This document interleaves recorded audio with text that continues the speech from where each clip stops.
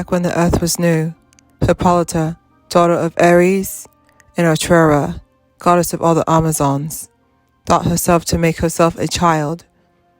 So she made one of a darker hue, Nubia, the golden princess, and of a lighter hue, Diana, the divine princess. However, Ares thought the Amazons to be too powerful, so he, under a spell that he placed on Nubia, had her go to war with all the Amazons. However, Wonder Woman realized the magic and broke the ring, and after that, they went together and showed the world what it means to truly be a Wonder Woman.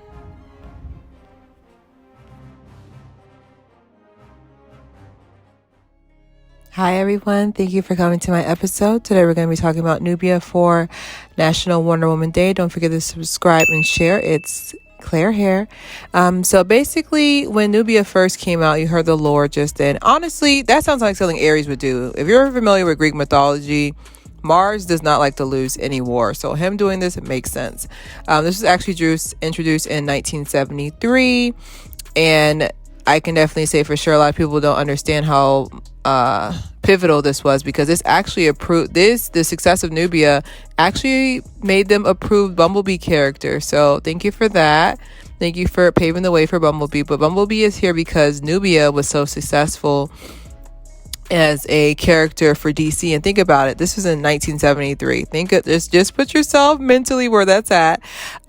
She has the strength that's stronger than Diana, the origin story as well. But definitely one of my favorite characters. So we're going to be talking today about the type of casting that I would personally choose for Nubia if they're making a movie.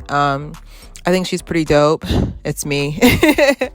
I would definitely cast myself, but honestly, I am not an actress. My memory is not good. But so I picked some others that I would think. Jasmine Tookes, she is a Victoria's Secret model, 5'10".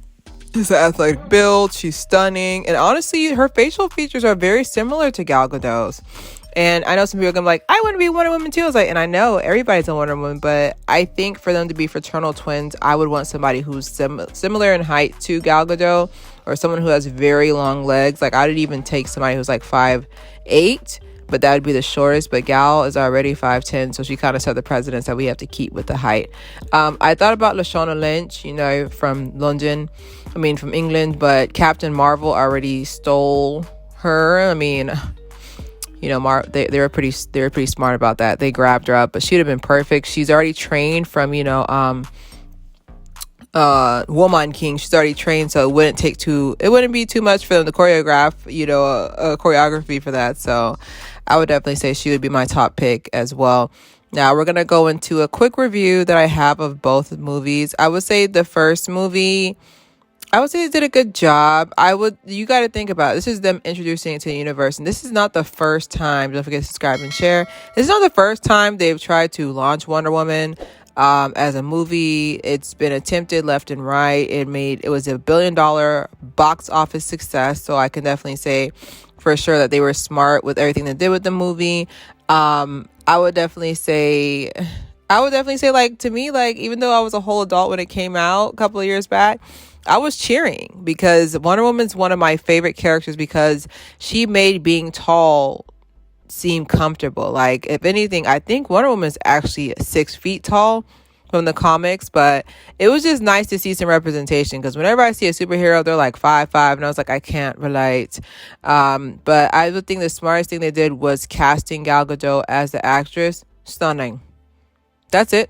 That's the word. Stunning.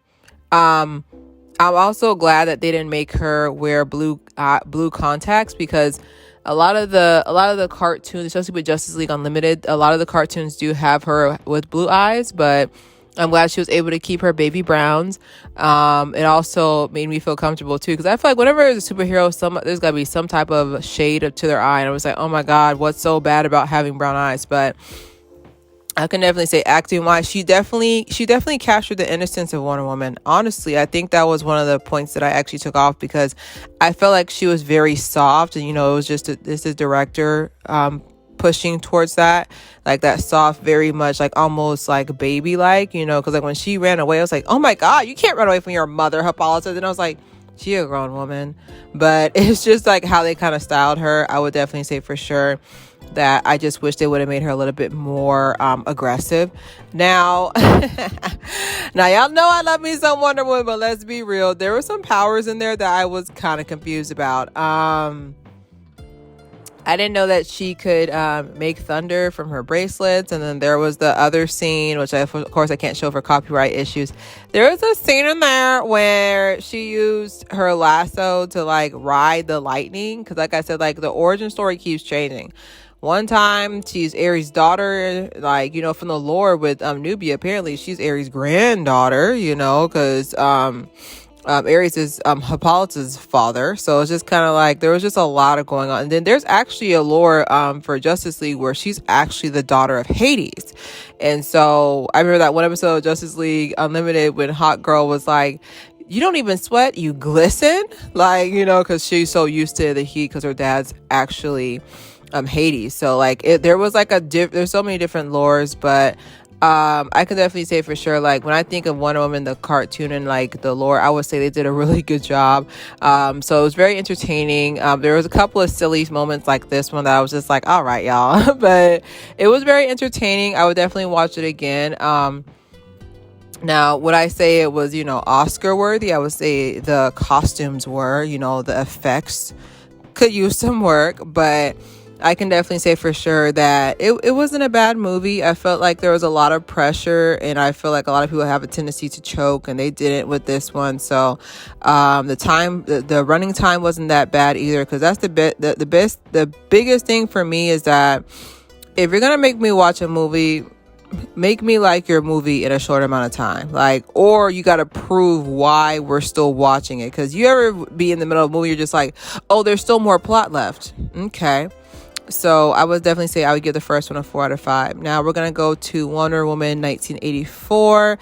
I feel like they use a lot of nostalgia to sell this movie, and there's nothing wrong with that. You know, nostalgia makes money, because I know a lot of people have a tendency to say, we want something new. No, y'all don't. Y'all want the same movie, but in 4K. Okay, let's be honest right quick. You want the same movie in 4K. I felt like this one was more visually appealing. Like there was just so much, you know, visuals like in there. It was with a villain that we actually knew, Cheetah, because I've always known Cheetah was always her arch nemesis. However, something about the pacing of the movie just felt like, you know, Chris Pine, he did his thing. Something about the pacing of the movie just felt like the first one, they put like 100% effort. And then this one, they were just like, all right, y'all, you know, like, all right, y'all, let's get to the next scene. But I could definitely say for sure there were a couple of plot holes in there. So it was like he was back, but he wasn't, but he was in somebody else's body. It was just too confusing. And it wasn't like a deep, like, okay, you gotta think deep about it, like Inception or another movie, but it was giving very much. We wanted to bring Chris Fine back. Whatever. We wanted to bring him back, and I definitely give the second movie a 2 out of 5. And I was sad to give it that rating because, you know, I love me some Wonder Woman. Like, it's on my car, it's on my background, it's on my desktop. Like, everybody who, if you ever meet me, you know, I'm obsessed with Wonder Woman. I have a Wonder Woman laptop bag for work. So it's just kind of like, it's not like this is anything new for anybody. Like, oh my God, you're obsessed with Wonder Woman. But, baby, it was dry. Halfway through the movie, I was just like, oh wow, there's more movie to movie. It didn't feel like it was enticing enough to make a third movie, but I hope they make a third movie, and that's gonna bring me to my next point. I think the future of Wonder Woman, we need not a reboot, because I don't like that. We need a refresh. I feel like introducing Nubia, whoever they choose to cast, pick me. But no, seriously, I want them to pick a newcomer that no one knows about, someone that can build their following organically, someone that's willing to put into work. So that's why I said, you know, that's where, you know, Nepo babies, I'm not sure. Y'all don't tend to put in work because the work's already been done.